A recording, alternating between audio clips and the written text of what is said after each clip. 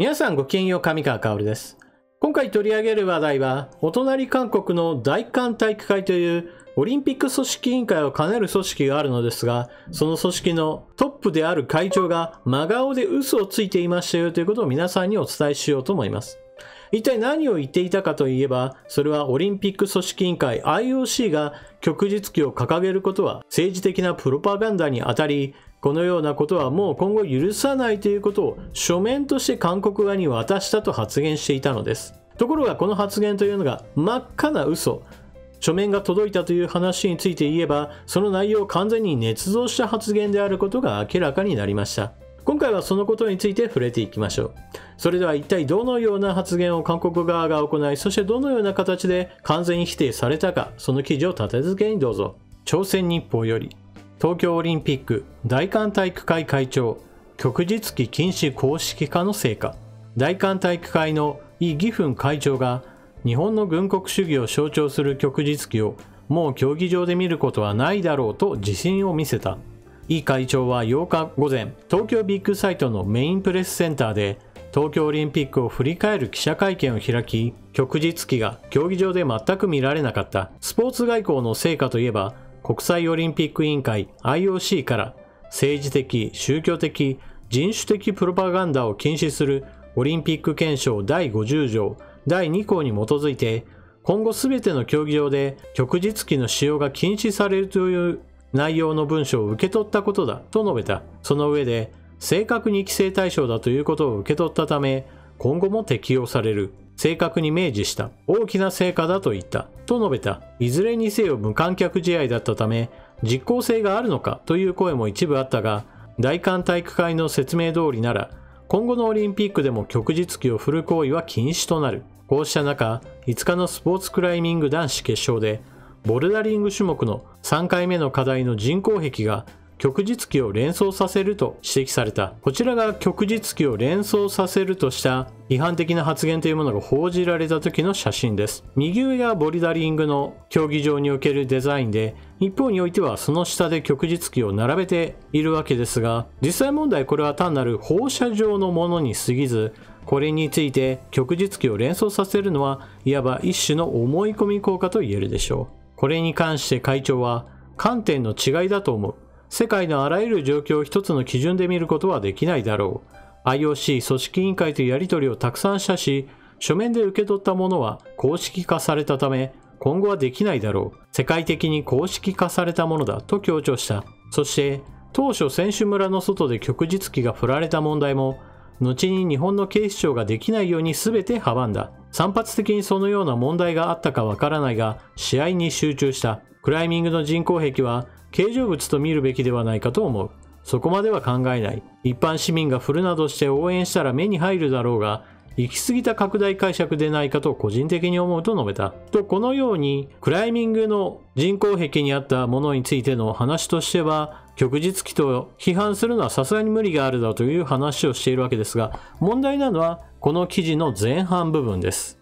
旭日旗については IOC が正式にこれを禁止した。しかもそれを IOC が書面として韓国側に送ってきたということを話しているわけです。ところがこれは完全な誤りですよという反対の意見が日本側からは出ています。オリンピック組織委員会、韓国側発表の IOC が旭日旗使用禁止を否定。IOC に確認、変更ない。東京オリンピック・パラリンピック組織委員会の武藤事務総長が、オリンピック閉幕から一夜明けた9日、都内で報道陣の取材に応じた。韓国のオリンピック委員会を兼ねる大韓体育会の会長が8日の記者会見で、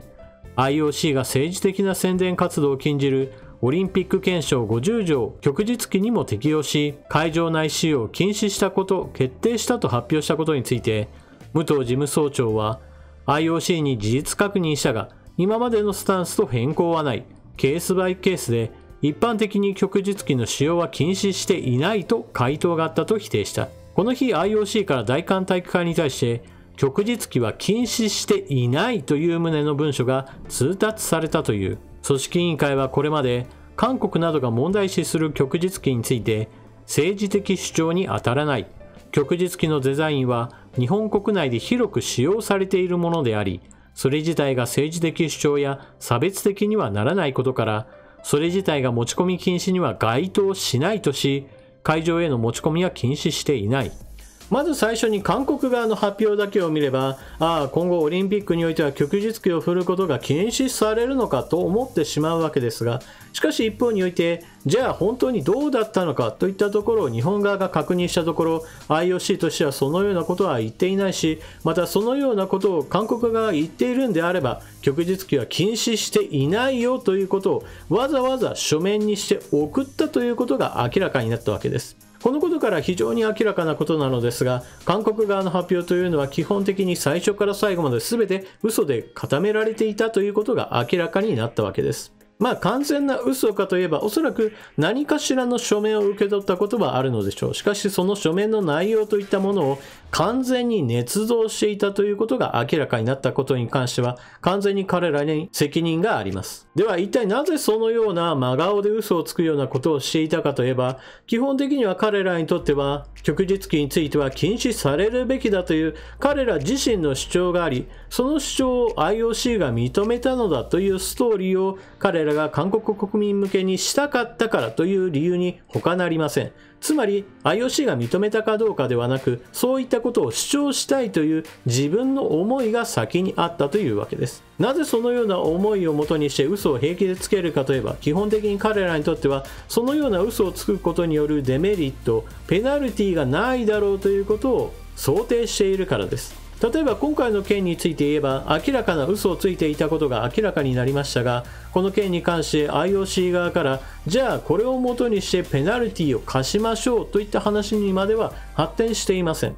そもそも IOC 側としてはそのようなことは言っていませんよという否定の文書を送っただけで、それ以上については言及しているわけではないからです。ですから一体ここで日本が何をしなければならないかといえば、当然のように日本側としては今回嘘の会見をしたのだから、この嘘の内容について謝罪と訂正する公式な会見を韓国側はしなさいと IOC を通じて積極的に働きかけることです。日本国内においてはどうしてもこのような真顔で嘘をつく人の存在についてなかなか受け止めきれない人たちがいます。なぜならば日本国内においてはどちらかというと性善説に立って物事を考える人たちというものは非常に多いものですから、このような悪意全開で来る人たちについてはなかなかその考え方というものを理解することができないのです。彼らにしてみれば別に嘘をつくことが悪いことだとは思っていません。先ほども述べたように彼らにしてみれば旭日旗を振ることは悪だ。その悪を断罪するのは我々が正しいという考え方を持っていますから、そのためにつく嘘というものは正当化されるのです。いわばこれは反日無罪という考え方で、日本に対しては何をやってもこれは罪に当たらないし恥にもならないし悪いことではないという考え方がその根本にあるのです。このような考え方そのものについては韓国で公教育の中に取り入れられているもので、そのような考え方に染まっている人たちにしてみれば何が悪いんだという思いをきっと持っているはずです。またこのような韓国が真顔で嘘をついていますよという現象について言っても、日本国内のそれこそ韓国に対して厳しい意見を言う人たちですら、例えば非換三原則を持ち出してきて彼らのやっていることになんてもうほっとけばいいんだという具合にして放置する傾向があるのも、これもまた非常に悪いことです。基本的に彼らがこのような無法に走ってしまうのは、彼らにとってのデメリット、ペナルティが発生しないということを彼らが身をもって体験してきたからです。非換三原則ではなく、積極的に彼らの行っていることに対して制裁を加える、むしろ積極的な関与こそが彼らにとっては必要なのです。日本に対しては何をしてもいいなどという考え方をバッサリと捨て去るようなペナルティを彼らに課すことが、基本的には日本にとっても非常に良いことにつながるのです。そうした行動を引き出すためには、やはり世論をいかにして醸成するかというのもこれまた大事なことです。今回の記事一つ問題があります。それは韓国側の報道はそれこそ韓国国民向けの発言として広く伝わっていくわけですが、一方で日本側が行っているこの否定の記事というのは残念ながら大手の報道機関が報じているわけではありません。ですから日本国民の側も IOC が全く禁じていないよということを知ることもなく過ごしてしまうことが考えられるわけです。一方で韓国側はこのような否定の記事を見ることもなく、大韓体育会の会見そのものを鵜呑みにして今後はオリンピックにおいて旭日旗というのは禁止されているんだなと思い込んでしまう可能性が十分あります。ですから日本側の報道機関も積極的に彼らが嘘をついていることを厳しく批判すべきですし、そのような批判記事を広く広報することによって韓国側に対しては積極的に制裁を加えなければならないという世論を醸成することにも一役買ってほしいものです。インターネット上の視聴者数というのは残念ながら日本国民全体からすれば非常に小さなものです。ですから報道機関はもっと自分たちが何を報道しなければならないのか、韓国がどのような無法を働いているのかについての詳細といったものをもっと積極的に伝えていってほしいものです。あなたはこのニュースを聞いてどのようなことを考えたでしょうか。ぜひともコメントしていってください。それでは動画を最後までご視聴いただきありがとうございました。チャンネル登録していない方はぜひともチャンネル登録を、そして動画を見終わったら評価ボタンのクリックもよろしくお願いします。それでは次の動画でまたお目にかかりましょう。またね。